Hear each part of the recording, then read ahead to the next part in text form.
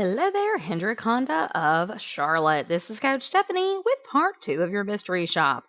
I submitted a request via the Hendrick website on September the 18th at 12:36 p.m. I received a phone call at 12:37 p.m. and got this email in my inbox at 12:36 p.m. Sean, really nice job on calling and emailing in less than 15 minutes.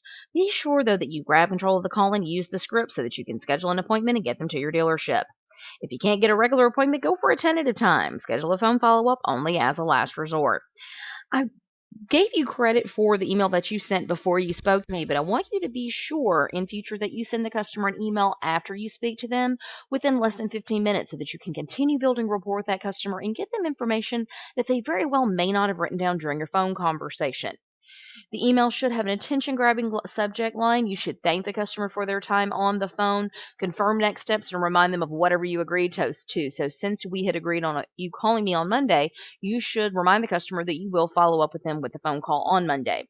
You want to give a value statement about your dealership so you make your dealership stand apart from the competition. Make sure the email is free of spelling and grammatical errors, and have a complete signature file with a link to your website and a link to your email. Now, taking a look at the email that you sent me before you spoke to me, the email did go into my inbox. It does have an attention-grabbing subject line that's clear who it's from. However, you did not give any information really on the vehicle that I inquired about. You mentioned that you received my inquiry on the 2015 Honda Pilot, but you did not validate the decision of vehicle with positive words or industry information. So be sure that you do that.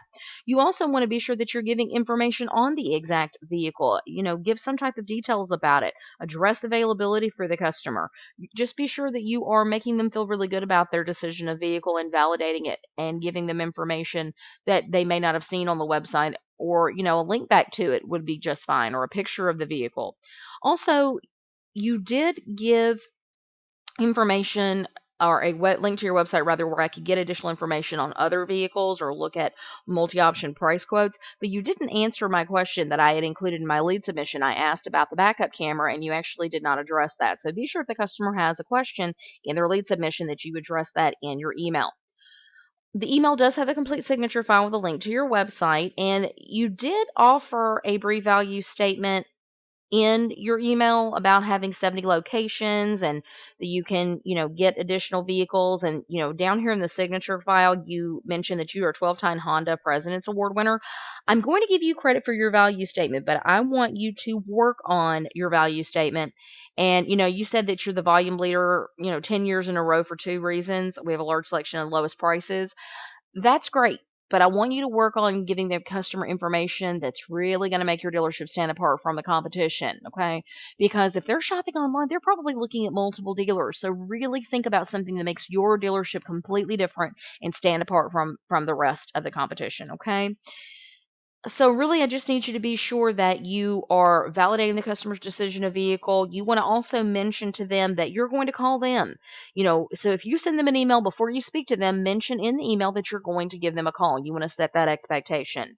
You want to be sure you're validating their decision of vehicle with positive or industry information, answering any questions that are in their lead submission, and be sure that you are including a little bit of information on the exact vehicle other than just mentioning, that it was a 2015 Honda Pilot. And then, like I said, what I really want to see is the email after you speak to the customer so that you can continue building that rapport and get them information that they may not have written down during their phone conversation with you, okay? So keep up the hard work and keep practicing. Your secret code for today is practice. PRACTICE, practice. Have a great day.